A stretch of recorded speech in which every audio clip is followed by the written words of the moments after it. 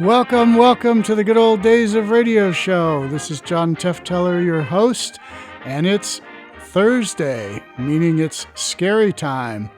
I'm sure most people in the audience, young, old, and in between, are familiar with Bram Stoker's character Dracula and the story Dracula.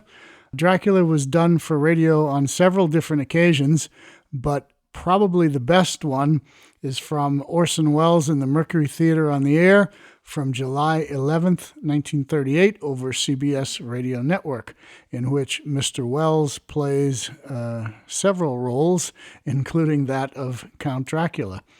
This is early radio, this is 1938, but it shows you how advanced radio could be under the guise and watch of someone like Orson Welles, who was very young. I think he's 20-something years old at this point.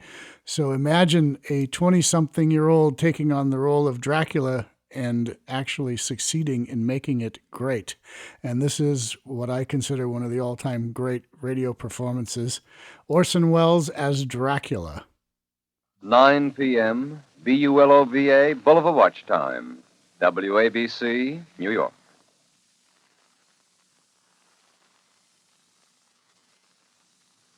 The Columbia Network takes pride in presenting Orson Welles in the first production of a unique new summer series by the Mercury Theatre on the Air.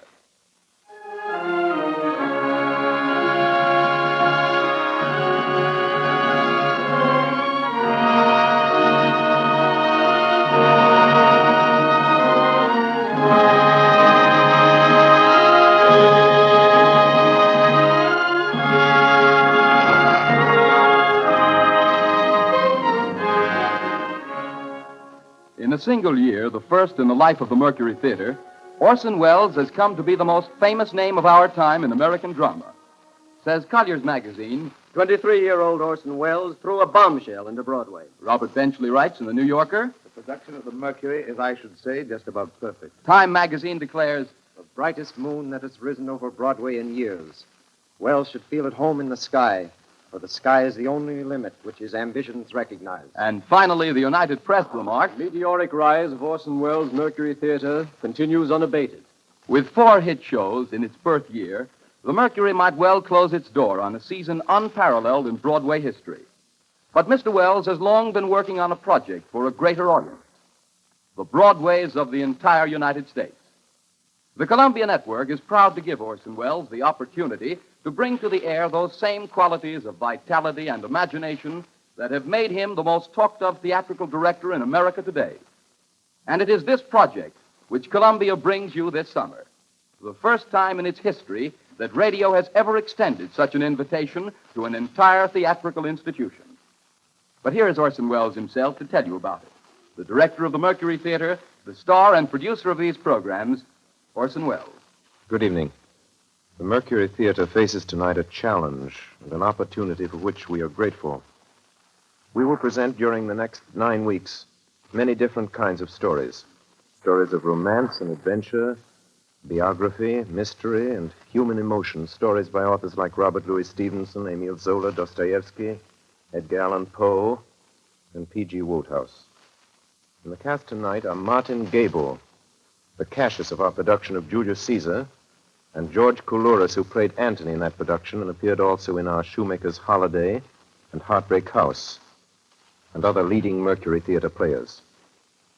We're starting off tonight with the best story of its kind ever written. You will find it in every representative library of classic English narratives. It is Bram Stoker's Dracula. The next time I speak to you, I am Dr. Arthur Seward. George Coulouris plays Jonathan Harker, and Martin Gable plays Dr. Van Helsing. It is Dr. Seward who tells the story, and so for the moment, goodbye, ladies and gentlemen. I'll see you in Transylvania.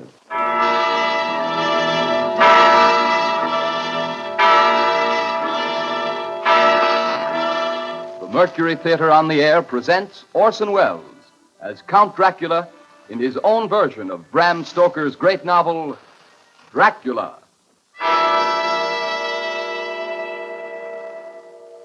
Ladies and gentlemen, my name is Arthur Seward. I'm here tonight to bear witness to the truth of certain events which you may find it hard to believe, but I ask you to believe them. I have here certain documents, telegrams, clippings from the press of the day, memoranda, and letters in various hands. All needless matters have been eliminated, so that a history almost at variance with the possibilities of contemporary belief may stand forth as simple fact. I present you first with excerpts from the private journal of Jonathan Harker. I, Jonathan Harker, lawyer's clerk, article to Peter Hawkins, Esquire of Exeter, England, am writing this journal in the hope that if misfortune overtakes me, it may one day come to the eyes of those who love me. I set out from London on the last day of April to visit one of our clients in Eastern Europe. On May the 3rd, I arrived in Budapest and came after nightfall to Klausenburg on the borders of Transylvania. At Bistritz, there was a letter of welcome for me from our client, informing me that his carriage would await me at the Borgo Pass. It was signed Dracula.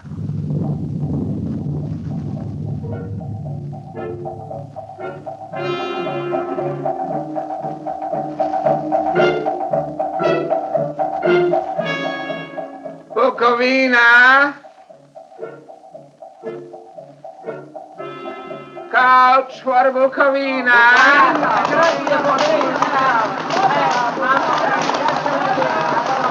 The road was rough, but still we seemed to fly over it with feverish haste.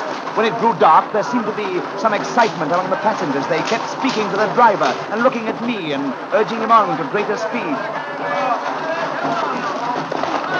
The crazy coach rocked on its great leather springs. The mountains seemed to come nearer to us on either side. Coachman! Coachman! What is this? Where are we? You're nearing your destination, young hare. This is the Borgo Pass.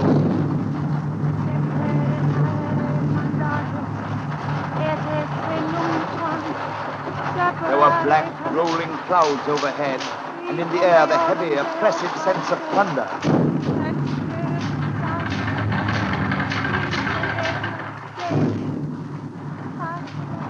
Now, we were through the pass. The young hare is not expected after all.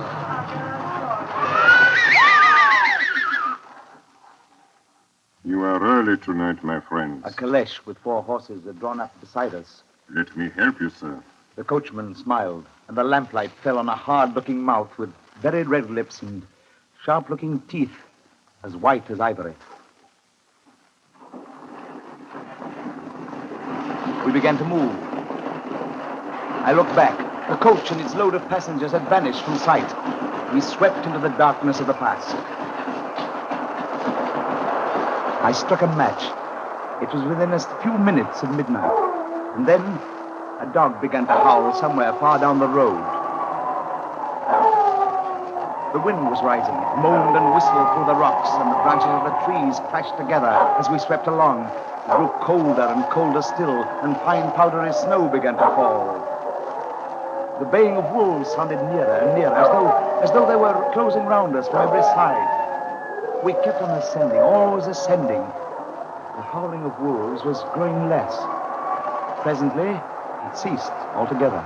And just then, the moon broke through the black clouds. I saw around it a ring of wolves running alongside the carriage, in silence, with white teeth and lolling red tongues, with long sinewy limbs and shaggy hair.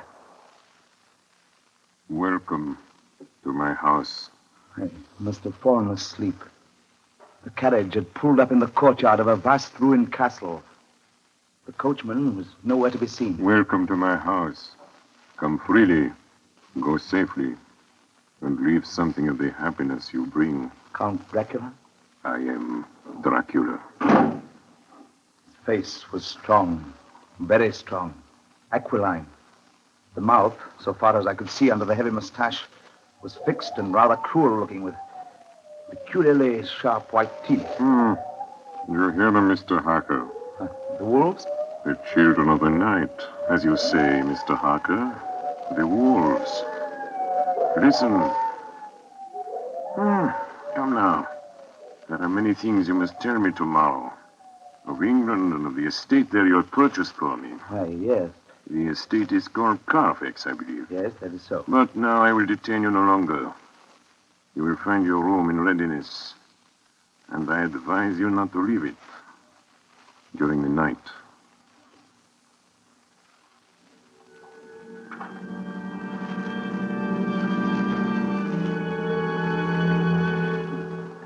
This castle is on the very edge of a terrible precipice. A stone falling from the window would fall 1,000 feet without touching anything. I explored. There are doors everywhere, and all of them locked. The door to the great hall, the door to the courtyard, every door in the castle is closed, bolted against me. The castle of Dracula is a prison, and I am a prisoner.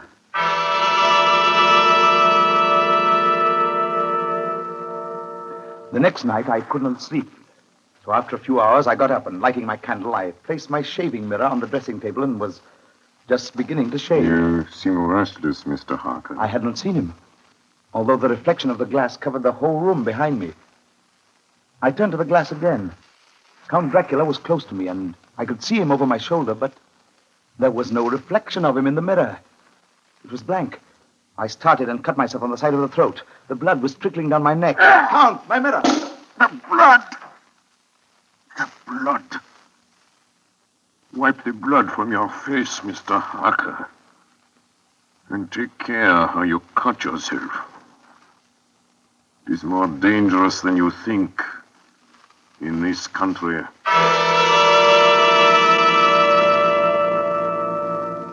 When I awoke, I found most of my things were gone. My passport, my notes, my letter of credit. I could find no trace of them anywhere. And my door is locked from the outside. June 20th. There is work of some kind going on in the castle. Now and then I hear the faraway muffled sound of mattock and spade. And last night, the second of the predated letters which Dracula made me write, the second of that series which is to blot out the very traces of my existence from the earth, went forth.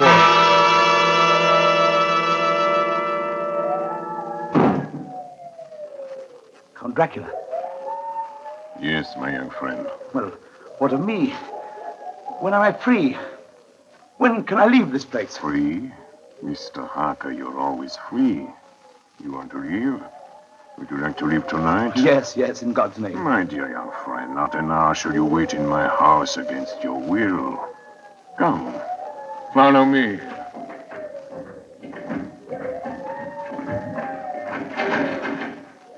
The door seems to be bolted. How strange. The door is locked. Well, in God's name, open it. As you will, Mr. Harker. You English have a proverb which is very close to my heart. Welcome the coming, speed the parting guest. Good night, Mr. Harker. Shut the door! Shut the door! I tell you, shut the door! Shut! The door is shut, Mr. Harker. I take it you will remain.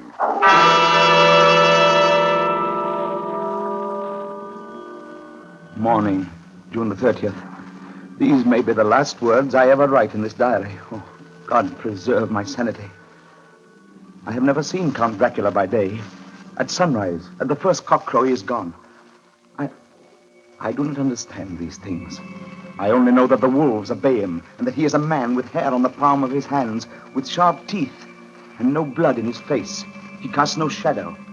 He cannot be seen in a glass, and he moves like a bat across the sheer face of the castle walls. He eats no food, and is mortally afraid of the crucifix. As I write this, I hear in the courtyard the rolling of heavy wheels and the cracking of whips. And there is in the passageway below a sound of heavy boxes being set down. Boxes shaped like coffins. And I know what they hold. The boxes are filled with holy earth from the chapel beneath the castle. It is the last box being nailed down. And now I hear the heavy feet tramping again. The door's shut. The chains rattle.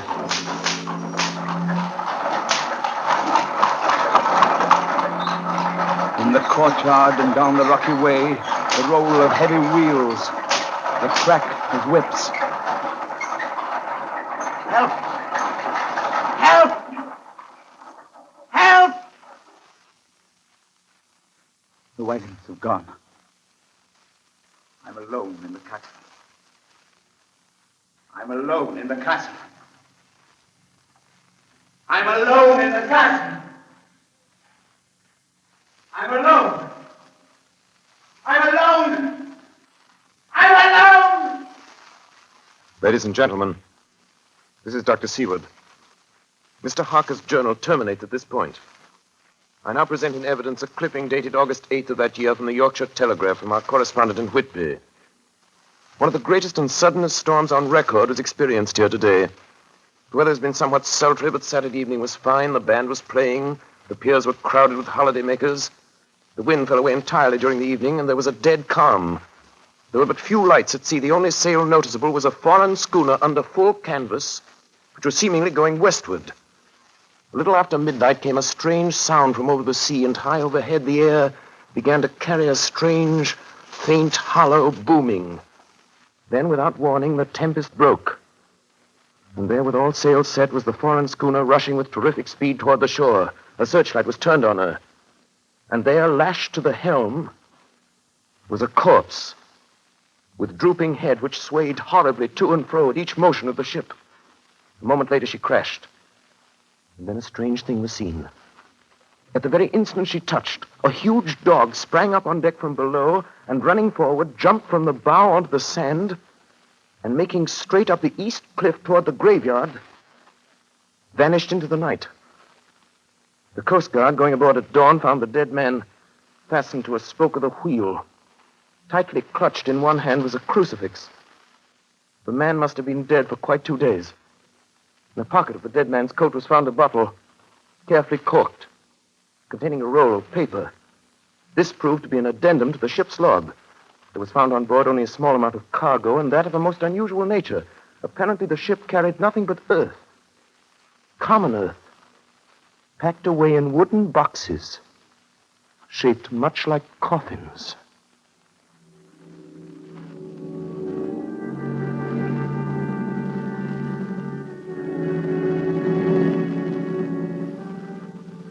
Log of the Demeter. Russian flag, Black Sea to Whitby. July 6th. Finished taking in cargo, a queer cargo, boxes of earth. At noon, set sail, east wind, fresh. Crew, 4 hands, 2 mates, cook, and myself, captain. July 11th. Entered Bosporus. At dark, passed through Dardanelles. Mate reported in morning that one of crew, Valjoden, was missing. Took larboard watch, 8 bells last night. He was relieved by Chelich. Never came to his There's bunk. something aboard this ship. No. Don't laugh, Captain. In the rain last night. Oh? A tall, thin man go up companionway and along the deck forward and disappeared. When I go to the bow, no one. And the hatchways all closed. July 22nd. Rough weather last 3 days. All hands busy with sails. No time be frightened. Past Gibraltar and out through straits. All well. July 24th. Last night, another hand was lost. Disappeared. By Chelichev. Leave off watch midnight. Then we never see him again. Double watch now. I don't take watch alone no more. Double watch. Double watch. July 29th. Had single watch tonight as crew too tired to double. When morning come... Hey! Hey, below! Banoisin! Banoisin! Is Banoisin below? Banoisin is gone! Banoisin's gone like the others. Like all the others. The mate and I have agreed to go armed henceforth, July 30th. Last night, we are nearing England. Weather fine. All sails set. Captain! Captain! The man in the watch in the stairs is missing! Both missing! Now, only self and mate and 1 hand left to work ship. August 3rd. 2 days of fog and not a sail sighted. At midnight, I went to relieve the man at wheel. And when I got to it, found no one there. It's here! I know it now. I saw it. Like a man, tall and thin and ghastly pale. It was in the boughs looking out. I gave it the knife, and my knife went through it. What? Empty as air. What is it? What are you talking about? It's here, and I'll find it. It's in the hold. In one of those boxes of earth. I'll unscrew them one by one and see. And see. He is mad. Stark raving mad. It's no use my trying to stop him. He can't hurt those big boxes. They are invoiced as common earth. He's there, down in the hold. I know the secret now. The sea will save me from him. That's all that's left. That's all that's left. August 4th. I am all alone on my ship, and still the fog. I dared not go below. I dared not leave the helm. So here all night I stayed, and in the dimness of the night, I saw it. I saw him. God forgive me, but the mate was right to jump overboard. It was better to die like a sailor in the blue water. But I am captain, and I must not leave my ship. I shall tie my hands to the wheel when my strength begins to fail, and along with them I shall tie that which it dare not touch, my crucifix. I am growing weaker, and the night is coming on. God and the Blessed Virgin help a poor ignorant soul trying to do his duty.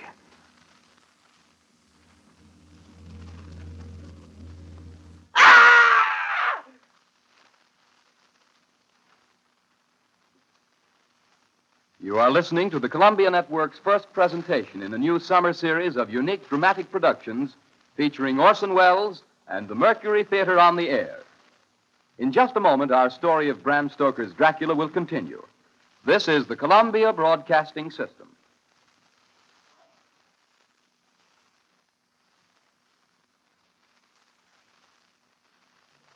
WABC, New York.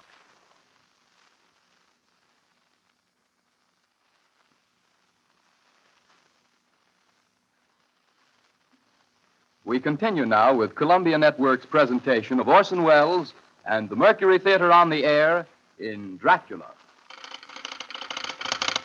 Telegram, Seaward, Perfleet, to Van Helsing, Amsterdam. Lucy Westenra in alarming condition. Cannot diagnose. Come at once. Seward. Telegram, Van Helsing, Amsterdam, to Seward, Perfleet. I'm on my way to you. Please arrange the examination immediately my arrival, Van Helsing.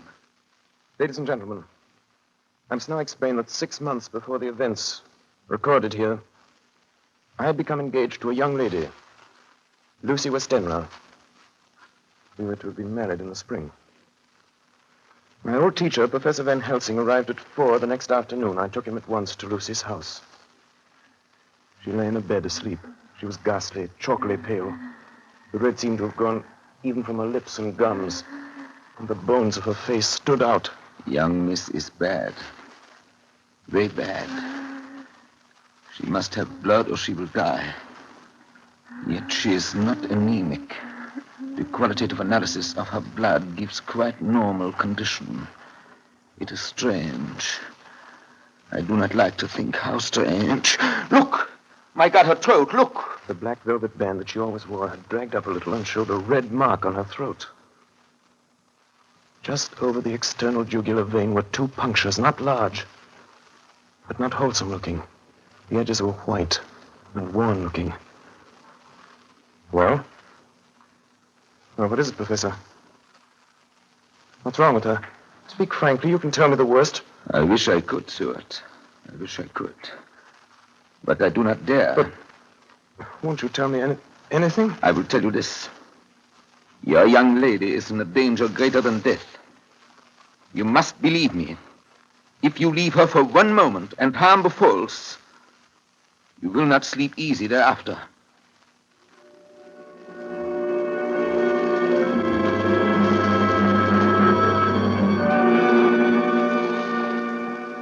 September 8th.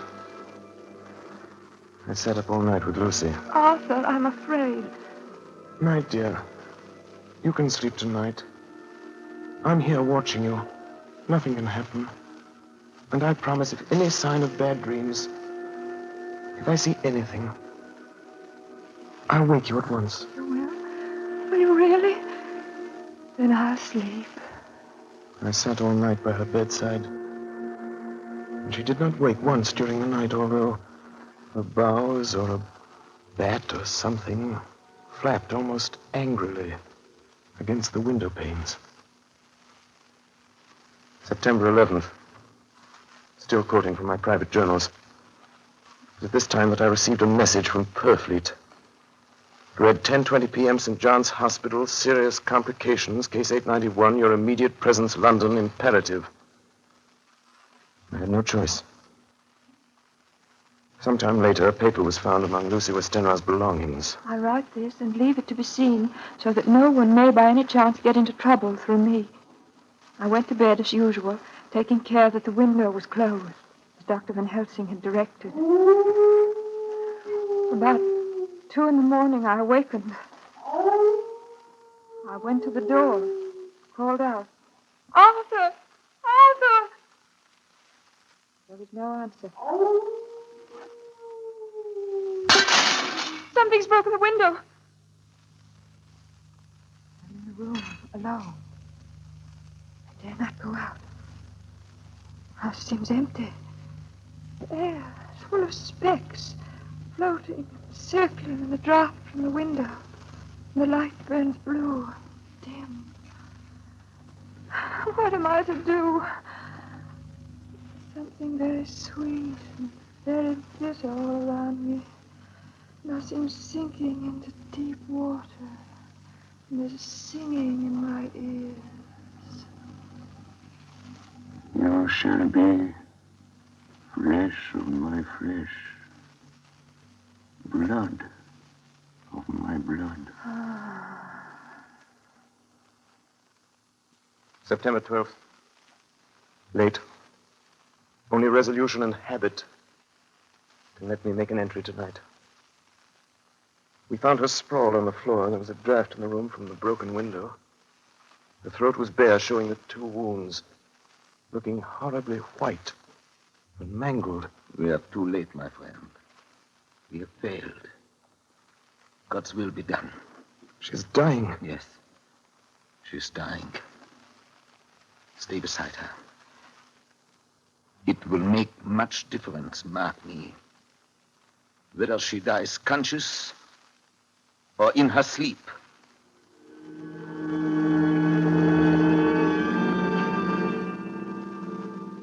It was late in the afternoon before she opened her eyes. Arthur, oh, my love, I'm so glad you've come. I took her hand and knelt beside her.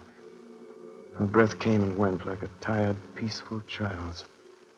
And then the light from the setting sun fell on her face, and then, insensibly, a strange change came over her. Her eyes grew suddenly dull and hard. Her breathing was heavy. The mouth opened, and the pale gums, drawn back, made the teeth look large and sharp. Arthur, oh, my love, I'm so glad you've come. Kiss me. Bend down and kiss me. Not for your life. Not for your living soul and hers. Lucy! She's dead.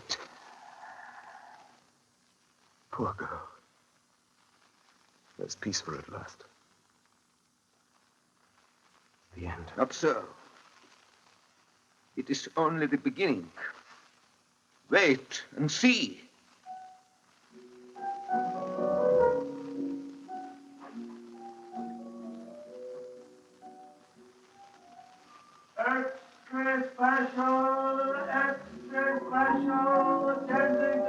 The Westminster Gazette, September 25th. A Hempstead mystery.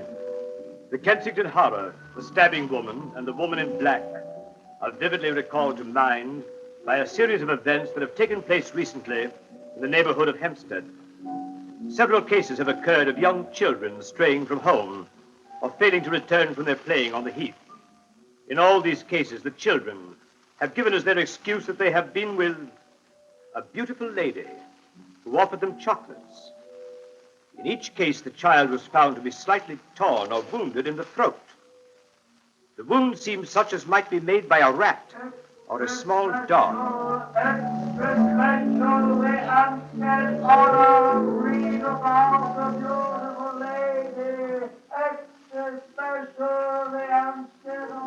The Hampstead horror.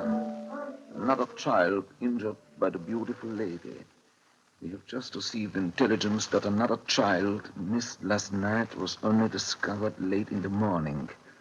It has the same tiny wound in the throat.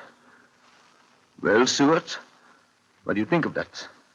You mean to tell me, my friend, that you still have no suspicion as to what poor Lucy died of?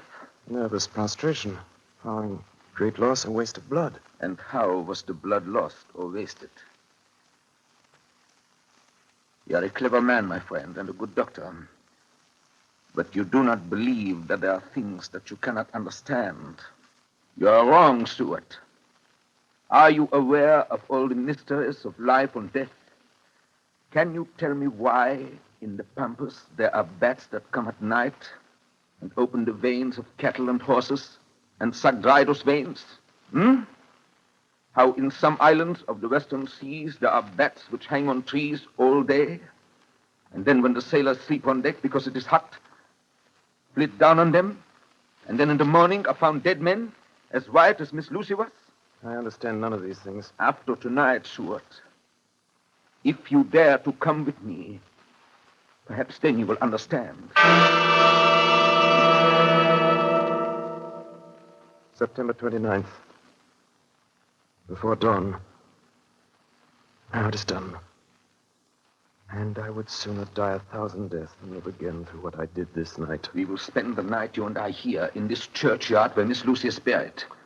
We enter the tomb. And then? We open the coffin. You shall yet be convinced. Take care, Van Helsing. Miss Lucy is dead, is it not so? Then there can be no wrong to her. But if she is not dead... With some difficulty, we found the Westenra tomb. I took up my place behind a yew tree. On one side of the tomb, Van Helsing on the other. I was chilled and frightened.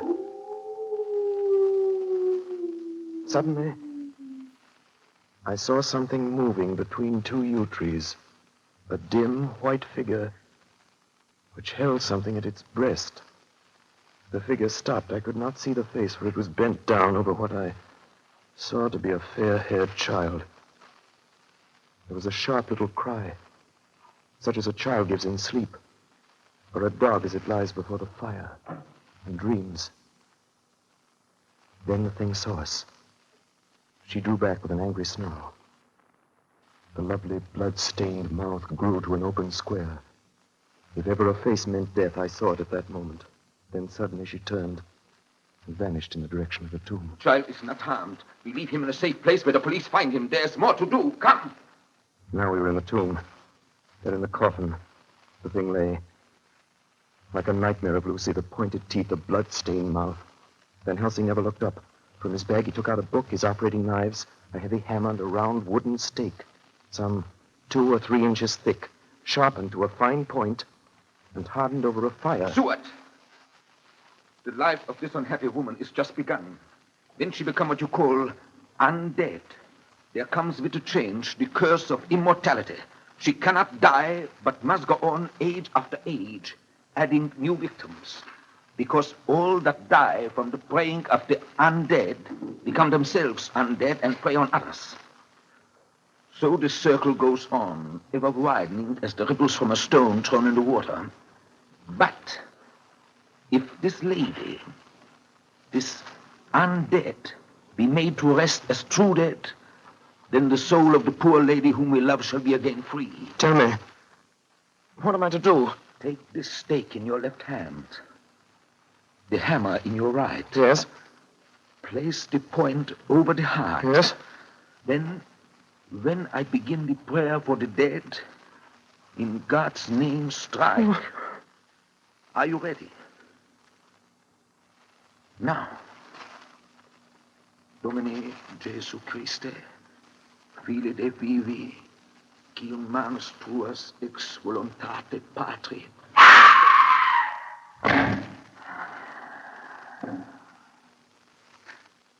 On the morning of July 11th, a man was found on the border of Transylvania.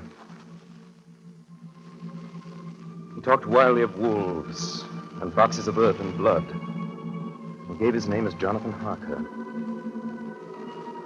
In the hospital at Klausenberg, he improved sufficiently to make possible his removal to England. I'm still quoting from my own personal papers. But there his condition remained so serious that he was committed for observation to a private ward in my hospital at Purfleet. Here he did so well that in 3 weeks he was completely recovered. It was during this time that his wife, Minna Harker, brought to the attention of Dr. Van Helsing and myself the journal that her husband had kept while a prisoner in the castle of a certain Count Dracula in Transylvania. I have before me the record of a meeting that took place in my study in Purfleet, transcribed by Minna Harker. October 1st. Meeting began soon after 8. Jonathan next to me. Dr. Seward opposite to Van Helsing at the head of the table. My friends, there are such things as vampires. Had I known at first what now I know, one so precious life had been spared to many of us who love her. The vampire which is amongst us is of himself so strong that he can direct all the elements, the storm, the fog, the thunder. He can command all the meaner things, the moth and bat, the owl and the fox and the wolf. How, then, are we to begin our strike to destroy him? How shall we find his place? And having found it, how can we destroy? My friends, it is a terrible task that we undertake. To fail here is not mere life or death. If we fail, we become as him. Foul things of the night, as him. What do you say? I answer for myself. Count me in. I'm with you. The professor laid a small golden crucifix on the table. We took hands, and our solemn pact was made. My friends, we too are not without strength. The vampire flourishes on the blood of the living. Without this, he cannot live. He throws no shadow. He makes no reflection in a mirror. He can transform himself to a wolf, to a bat. He can come on moonlight rays as elemental dust. He can see in the dark. He can do all these things. Yet he is not free. His power ceases at the coming of the day. Then, until night, he must remain in the shape in which he finds himself, and except in his coffin home, in those earth boxes, he cannot rest. When we can confine him in his coffin, then, my friends, if we obey what we know, we will destroy him. At that moment, something flapped wildly against the window. Then... Did you hit it? I don't know. We looked out of the window. Against the black sky, we could see nothing. Data in our possession. From the Count's castle in Transylvania to Whitby came 50 boxes of earth. All of these, to our certain knowledge, were delivered at Carfax. Recently, 12 of these boxes have been removed. First step, ascertain whether all the rest remain in the deserted house next door or whether any more have been removed. We must trace each of these boxes and sterilize the earth with holy water so that he can no longer seek safety in it. And we must hurry. The events of the next few days are described in Jonathan Harker's journal. October 2nd, 5 a.m. Just returned from the empty house. Left Mina here at home. Well, we've done our work at Carfax. The place was filthy. The air stagnant and foul and alive with rats. We counted the boxes. Only 38 of them. And over each one, the professor went through his same mysterious work. It was dawn when we got back. I found Mina asleep. She looks paler than usual. October 2nd. Soon after they left, I fell asleep. I remember hearing the sudden barking of the dogs, and then there was silence. I got up and looked out of the window. There was a thin streak of white mist moving across the grass along the wall of the house. It dawned on me that the air in the room was heavy and dank and cold. The gaslight came only like a tiny red spark through the fog. I could see through my eyelids. The mist grew thicker and thicker. Then, as I looked, the spark divided and seemed to shine on me through the fog like two red eyes. You shall be flesh of my flesh, blood of my blood, blood of my blood.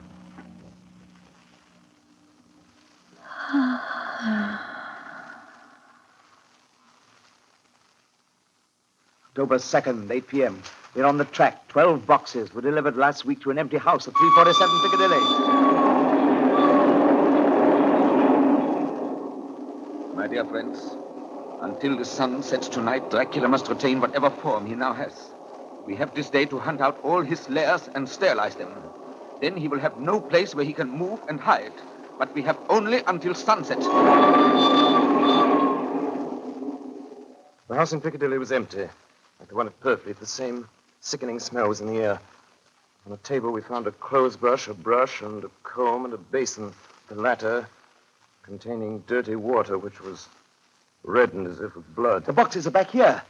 8, 9, 10, 11. Only 11. There's a 12th box somewhere. Gentlemen, it is after 6. The sun is setting. We've no time to lose. He will return at any moment. Open the boxes. Quiet. Listen.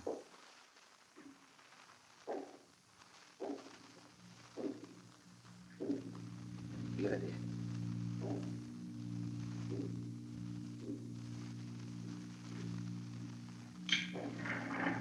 It is he! The window! You waste your bullets, gentlemen. You think you baffle me. You with your pale faces all in a row like sheep in a butcher's. You think you've left me without a place to rest. But I have more. And time is on my side. The one you love is mine already. I have known her. Already my mark is on her throat. Flesh of my flesh. Blood of my blood. She is with me always. Over land or sea.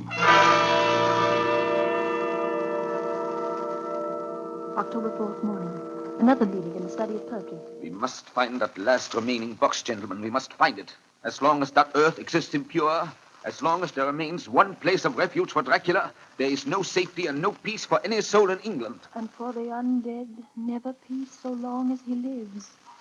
Blood of my blood. Blood of my blood. Mina! How do you know that? Quiet. With me always, over land and sea. Mina, darling, how did you know that Dracula said those... I don't know. The words just came. Strange. There are times when somehow I feel that I'm with him. At sunset? Yes. Just at sunset. And again at sunrise. Dr. Van Helsing, if I could... If at that time you... Have you the courage? Courage for what? What do you mean? Dr. Van Helsing here will question me. I will question her, yes. In a state of hypnosis. The one you love is already mine, he said. She is with me always, over land or sea. Ah, Count Dracula. Perhaps she will betray you if she is really with you, this one we love. Who knows? If she is really with you over land or sea. Blood of my blood. Mina. Yes. Answer me, Mina. Are you with him? Yes, I am with him. Where are you? I do not know. It is all dark. What do you hear? The lapping of water. I can hear it on the outside. Then you are on a ship. Yes, What else do you hear? there is the creaking of an anchor What are chain. you doing? I'm still. Oh, so still. It is like death. It's like death. Here is a report from Matson Peabody, shipbrokers. Dated October 5th, according to Lloyd's list, the only sailing ship that left for the Black Sea yesterday was the Tsarina Katrina, bound for Varna. Some hours before she sailed, a man came alongside, all in black, driving a cart with a great box in it. This he lifted down single-handed and carried below. No one remembers having seen him after that, as heavy mist came up over Doolittle Dock until sailing time. The rest of London Harbor remained completely clear. Our plans are made. The average sailing time from London to the Black Sea is 3 weeks. We can travel overland to the same place in 3 days. We shall be there waiting for him when he arrives. October 15th, arrived Varna about 5 o'clock. Mina seems stronger. Every morning before sunrise and just before sunset, she speaks to Van Helsing in a trance. Are you with him, Mina? Tell me, are you with him? I am with him. What can you see? Nothing. All is dark. What can you hear? I can hear the waves lapping against the ship and the water rushing by. The wind is high. I can hear it in the shrouds, and the bow throws back the foam. So, the Tsarina Katrina is still at sea, hastening on her way to Varna. The Count cannot cross running water, so he cannot leave the ship without being observed. What do you hear, Mina? Lapping waves and rushing water. Darkness. Darkness and wind. A whole week of waiting. Daily telegrams from Lloyd's. Not yet reported. Not yet reported. Not yet reported. Rushing water and creaking masts. Darkness.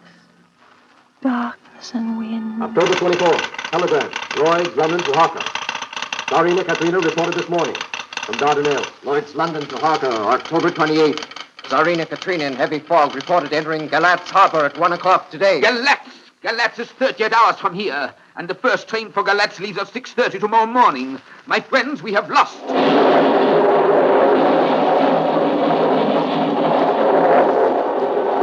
I am with him. I can see nothing. Nothing. I can hear men's voices calling, and the roll and creak of oars and rowlocks. I can feel the air blowing upon me. October 29th, evening. We are due between 2 and 3 in the morning, but already at Bucharest we are 3 hours late. Something's going out. I can feel it pass me like a cold wind. I can hear far-off confused sounds. Men talking in strange tongues. Here's falling water and the howling of waves. There is another sound. A queer sound. Like what? Speak, Mina. Speak, I command you. I command you to speak.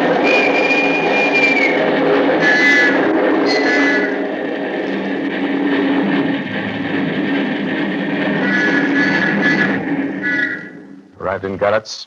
Saw Captain Tsarina Katrina. A man come aboard with an order an hour before sunup to receive a box for a party by the name of Dracula. Not his peppers, or eat. Emmanuel Hiddlesheim, his name was. Mr. Hiddlesheim? Yes. You unloaded the box yesterday. I gave it to Krylov by order. Krylov. Mr. Krylov? Krylov. This morning they find him dead inside the churchyard of St. Peter. They find him dead with his throat torn open. October 30th, evening. There are 2 ways in which Dracula can get back to his own place. By land or by water? We've examined the map and find the most likely river is the Sereth. You and I, Seward, will charter a steam launch and follow him up the river. Van Helsing and Mina will take the train to Veresti, and from there they will From there, we shall go in the track where Harker went, from Bistritz over to Borgo. If you have not caught him before, we shall be awaiting Dracula there.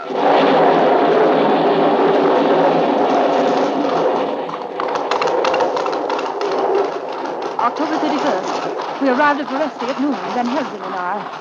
Got a carriage here, and we start in an hour. Our enemy is still on the river.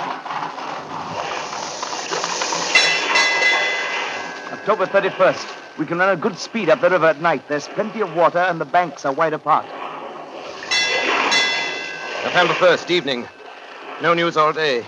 We hear that a big boat went up the river before us, going at more than usual speed.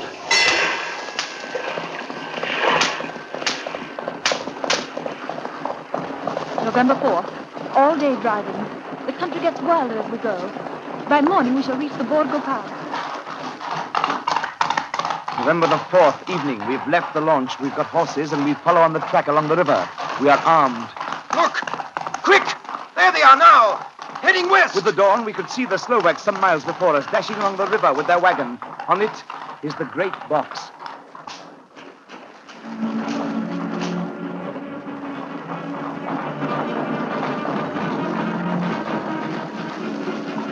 Late in the afternoon, we reached the Borgo Pass. Van Helsing! Look! Look! We could see a long way all around us. Far off, beyond the white waste of snow, was the river like a black ribbon curling. Between us and the river, not afar off, came a group of men, mounted Slovaks hurrying along. In the midst of them was a wagon which swept from side to side. On the wagon was a great box. Look! We see two horsemen following fast, coming up from the south. Stuart and Harker. The Slovaks with their heavy wagon are losing their ground.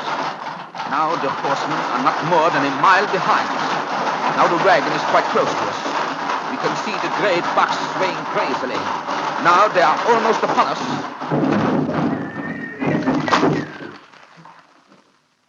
Now has happened a strange thing. The wagon smashed into a great rock bed in the snow, lost its front wheels, and turned over on its side, jammed against the stone. The horses tore loose from their traces and bolted, and the Slovaks scatter and vanish after them. Then silence. Silence like comes after ringing a bell. Look. His face. It is Dracula, sprawled out stiff and twisted in the smear of his own holy earth. The box, in falling, has emptied the dirt onto the snow.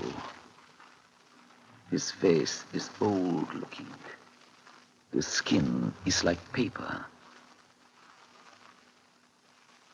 Dr. Seward, there's no time. Look at the sun. Sunset. In 1 minute, there is darkness, and he is forever lost to us. Have you the stake of wood and the hammer? Here. Now, Seward, pray for us. Kneel down and pray. Harker, the stake of wood over his heart.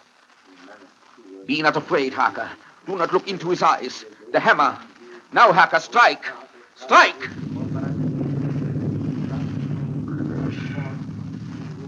Flesh of my flesh. Guilt of my guilt. Death of my death. Speak and be manifest in the instant of your master's peril. Elements of darkness. Rain. Evil winds. Mist. And mold. And tempest. Strike! The others couldn't. But somehow I can hear him speaking behind his eyes. Claw, wing, tooth, scale, tissue of flesh, death of my death, dead and undead. The hand of the living is over your master. Console him, my children. This instant is no longer than the space between two heartbeats. But the night is not here, and I am lonely. Come to your master, my children. Beguile him now in the instant of his peril. Beguile him with the sound of your names. Claw, wing, pale tissue of flesh. Strike, Harker, strike! There is one very dear to me who has not answered. My love, Mina. There is less than a minute between me and the night. You must speak for me. You must speak with my heart. Give them to me! Jonathan, give them to me! The stake of wood and the hammer! Harker! I shall never forget that moment. The look on poor Mina's face as she stood there, the angry scar standing out on her throat, her eyes like living coals in the last red of the sunset. She had torn the stake and the hammer out of my hands with the strength of an animal. Mina, do you know what you've done, woman? You know what you've done to us? You've released him, the evil is free. Look! The sun! As we looked down at Dracula, the eyes saw the sinking sun, and the hate in them turned to triumph. Flesh of my flesh. Come to me, my love. Come into the night and the darkness. You have served me well, my love. My bride, my...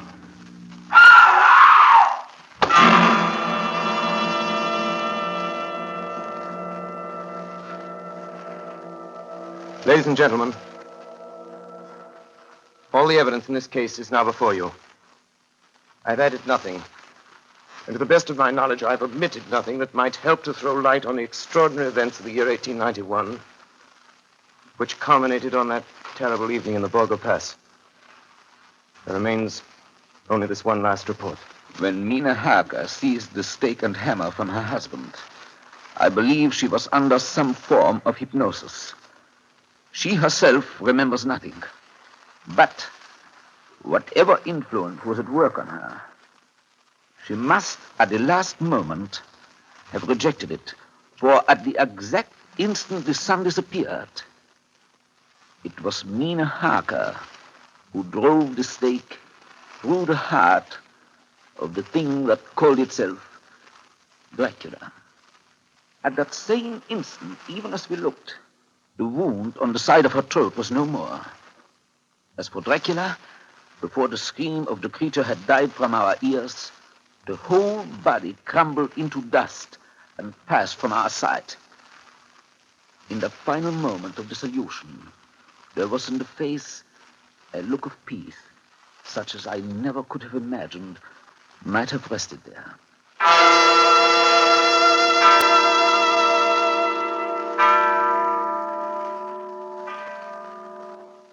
Tonight's production of Dracula by Orson Welles and the Mercury Theatre was the first of 9 CBS broadcasts in which this brilliant group will bring to life a series of great narratives, all presented in the immediacy of the first-person singular.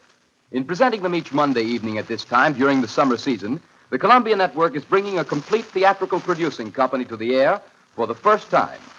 In the cast tonight, Dr. Van Helsing was played by Martin Gable, Jonathan Harker by George Coulouris, Dr. Seward by Orson Welles, the Russian Captain by Ray Collins, the Mate by Carl Swenson, Mina Harker by Agnes Moorehead, Lucy Westenra by Elizabeth Farrer, and Count Dracula by Orson Welles. Bernard Herrmann composed the original music and conducted. Dan Seymour speaking. Davidson Taylor supervised the production for the Columbia Network. And now here is the director to tell you about next week's Mercury Theatre production, Mr. Orson Welles. Ladies and gentlemen, what are your favorite stories? If there is one you're particularly fond of and would like to hear on the air, will you please write me about it? Next week, the Mercury Theatre is going to tell you Robert Louis Stevenson's exciting yarn about pirates and the sea, Treasure Island. Until then, just in case Count Dracula has left you a little apprehensive, one word of comfort. When you go to bed tonight, don't worry. Put out the lights and go to sleep. It's all right. You can rest peacefully. That's just a sound effect. There. Over there in the shadow, see? It's nothing. Nothing at all. Nothing at all. I think it's nothing. But always remember, ladies and gentlemen, there are werewolves. There are vampires. Such things do exist.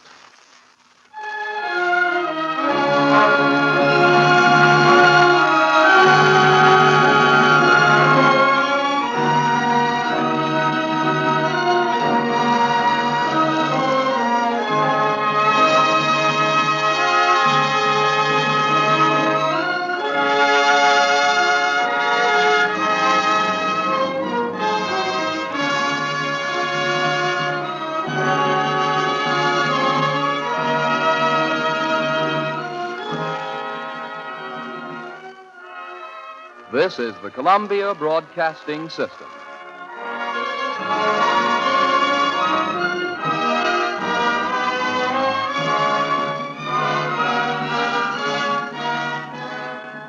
Pretty amazing radio for 1938.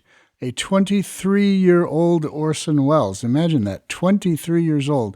This is before Citizen Kane. Citizen Kane, the movie, was 1941. This is 1938. Orson Welles was a big success on Broadway at this point, and also appearing on radio as The Shadow, a famous old-time radio program. Orson Welles was one of the first people to play The Shadow on radio. He was about to give it up right about this time because this particular show was becoming more and more successful. On Halloween, they did The War of the Worlds, which is one that everybody remembers. It's not one of my favorites, but we'll probably play it at some point in the program selection down the weeks to come. Mina Hawker there, played by Agnes Moorehead, more well-known by baby boomers for her roles on Bewitched and other television shows. This adaptation of the book by Bram Stoker is definitely closer to the actual book than the 1931 film with Bela Lugosi. Welles decided he was not going to go there. He was going to do a more direct adaptation from the book itself, and that's what you heard.